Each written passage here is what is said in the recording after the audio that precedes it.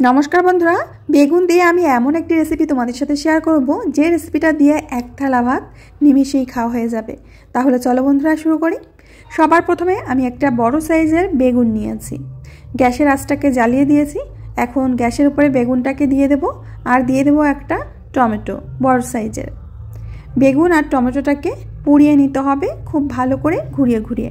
আজকের রেসিপি ভীষণই মজার একটি রেসিপি বন্ধুরা, রেসিপিটি সম্পূর্ণ দেখার অনুরোধ রইল। তো সাথে একটা পেঁয়াজ আমি দিয়ে দিয়েছি আর টমেটোটা একটু ঘুরিয়ে ঘুরিয়ে দিচ্ছি, পেঁয়াজটাকেও ঘুরিয়ে ঘুরিয়ে পুড়িয়ে নিতে হবে, ঠিক আছে। তো যেমন আমরা বেগুন পোড়াই ঠিক সেইভাবে বেগুনটাকে খুব ভালো করে পুড়িয়ে নিতে হবে। আজকের রেসিপি একদমই ছোট্ট একটি রেসিপি আর ভীষণই মজার একটি রেসিপি।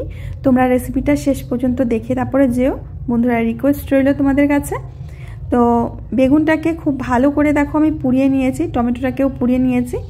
তো সমস্ত কিছু আমার পুড়িয়ে নেওয়া হয়ে গেছে। এখন আমি গ্যাস থেকে তুলে নেব। তো দেখতেই পাচ্ছ বেগুনটাকে খুব ভালো করে আমি পুড়িয়ে নিয়েছি, এই দেখো। তো সমস্ত কিছু আমার পুড়িয়ে নেওয়া হয়ে গেছে। এখন একটা ফ্রাই প্যানের মধ্যে দিয়ে দেব সরষের তেল 2 চামচ। তেলটাকে প্রথমে খুব ভালো করে গরম করে নিতে হবে। তেলটা গরম হবার পর এর মধ্যে দিয়ে দেব রসুনগুলো আমি আগে থেকে ছাড়িয়ে রেখেছি। সাথে দিয়ে দেব পেঁয়াজ কুচি আর দিয়ে দেব কাঁচা লঙ্কা আর দিয়ে দেব ক্যাপসিকামটা না থাকলে তোমরা স্কিপ করতে পারবে। তো সমস্ত কিছু খুব ভালো করে ভেজে নিতে হবে, মানে এটাও একটু পুড়িয়ে পুড়িয়ে নিতে হবে। তো নেড়ে চেড়ে আমি ভেজে নিচ্ছি। এর মধ্যে আমরা স্বাদ মতো লবণ দিয়ে দেব। একদম কম সময়ে রেডি হয়ে যাবে আর এই একটা পদ দিয়েই তোমার পুরো ভাত খাওয়া হয়ে যাবে। এটা খেতে এতটাই টেস্টি হয়। সম্পূর্ণ ভিডিওটা দেখার অনুরোধ রইল। তো দেখতে পাচ্ছ একটু পুড়িয়ে পুড়িয়ে নিয়েছি কিন্তু আমি এগুলো। তো এটা আমার পুড়িয়ে নেওয়া হয়ে গেছে। এখন আগে থেকে যে বেগুন টমেটো আর পেঁয়াজটা রেখেছিলাম সেখান থেকে ওপর থেকে এইভাবে কালো কালো যে খোসাগুলো রয়েছে, মানে পোড়া যে খোসাগুলো, সেইগুলো ছাড়িয়ে নিতে হবে।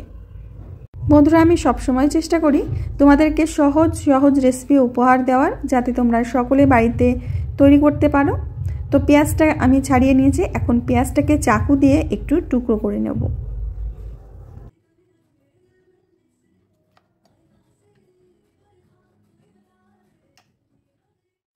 এখন টমেটোটাকেও ছাড়িয়ে নেব ওপর থেকে খোসাগুলো। দেখতেই পাচ্ছ ওপরের খোসাগুলো পুড়ে একদমই কালো হয়ে গেছে। তো টমেটোটা আমার ছাড়িয়ে নেওয়া হয়ে গেছে। এবার বেগুনের খোসাটাও ছাড়িয়ে নেব, মানে সমস্ত কিছুর পোড়া খোসাগুলো ফেলে দিতে হবে। আর যদি আমার এই ছোট্ট ভিডিওটা দেখতে কোনো নতুন বন্ধু এসে থাকো, প্লিজ আমার চ্যানেলটিকে সাবস্ক্রাইব করবে। পাশে থাকা বেল বাটনের অল অপশনে ক্লিক করবে, যাতে ভিডিও আপলোড হওয়া মাত্র সবার প্রথমে তোমার সামনেই পৌঁছে যায়।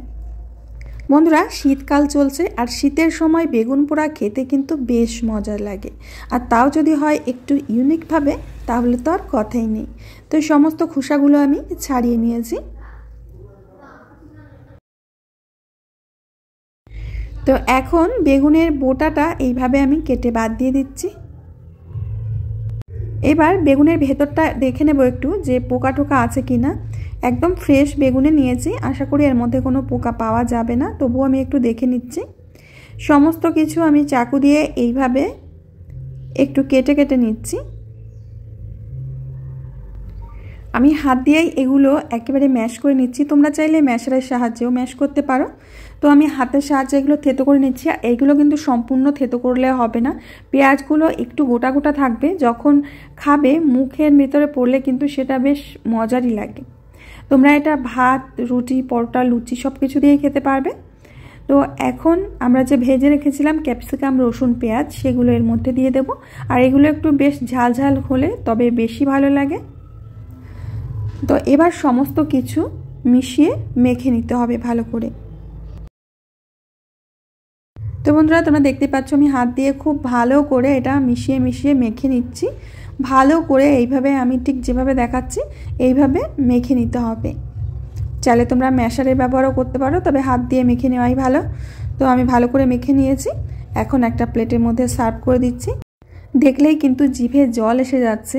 এটা ভাত, রুটি, লুচি, পরোটা সব কিছু দিয়ে খেতে কিন্তু দুর্দান্ত লাগবে। আশা করি বন্ধুরা আমার এই ছোট্ট রেসিপিটা আজকে তোমাদের অনেক ভালো লেগেছে। আমি আজ এখানেই বিদায় নেব, আবার দেখা হবে নতুন রেসিপির সাথে। ততক্ষণের জন্য সবাই ভালো থেকো, সুস্থ থেকো। কমেন্টে অবশ্যই জানিও আজকের রেসিপি তোমাদের কেমন লেগেছে।